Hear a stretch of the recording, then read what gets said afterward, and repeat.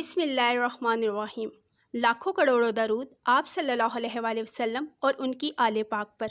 अस्सलाम वालेकुम व्यूवर्स, उम्मीद है आप सब खैरियत से होंगे। आज आपके साथ जो रेसिपी शेयर करने जा रहे हैं वो बहुत इजी और बहुत ही मज़े की है। आप यूँ कह लीजिए कि उसके बिना लाइफ अधूरी है। पाकिस्तान में हर दूसरा बंदा उस चीज़ का दीवाना है। तो आज हम बनाने जा रहे हैं ढाबा स्टाइल कड़क चाय। अब बनेगी ढाबा जैसी होटल्स वाली चाय आपके घर में और इंशाल्लाह बहुत ही मज़े की और कड़क बनेगी। चलें जी, रेसिपी का आगाज़ करते हैं। सबसे पहले हमने पैन में 3 कप दूध ले लिया। दूध गाढ़ा होना चाहिए।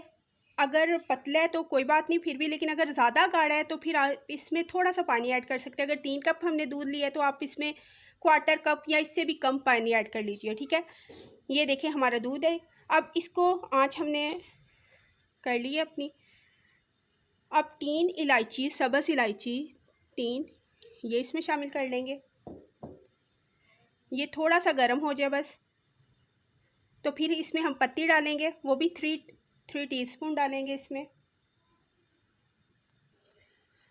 जी, दूध थोड़ा सा गर्म हो चुका है तो अब ये 3 टीस्पून पत्ती है। पत्ती कोई भी अच्छे से ब्रांड की ले लीजिए, कड़क सी पत्ती हो। ये हमने इसमें शामिल कर दी है। अब इसे थोड़ा बॉयल आने देंगे। चाय को हमारी बॉयल आ रहा है और इस स्टेज पे हम इसमें चीनी 3 टीस्पून ये शामिल कर देंगे।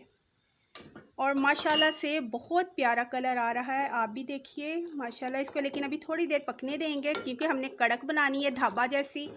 और पता है वो थोड़ी सी पकी होती है, ज़रा होटलों जैसी, ढाबा जैसी। और माशाल्लाह से कलर बहुत ही ज़बरदस्त आ रहा है। जो टी लवर्स हैं उनकी तो मौजें हैं माशाल्लाह, बहुत ज़बरदस्त। चाय हमारी रेडी है बिल्कुल। अब बस इसको सर्व करेंगे। ये देखिए कलर बहुत ही कड़क आया है और बहुत ही मज़े के लग रहा है, खुशबू भी बहुत प्यारी आ रही है। अब बस हम इसे कप्स में निकाल के सर्व करते हैं, ठीक है।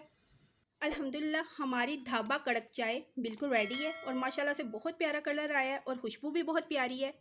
आप भी ज़रूर ट्राई कीजिएगा, अपने गेस्ट को भी पिलाइएगा, वो भी बहुत इंजॉय करेंगे।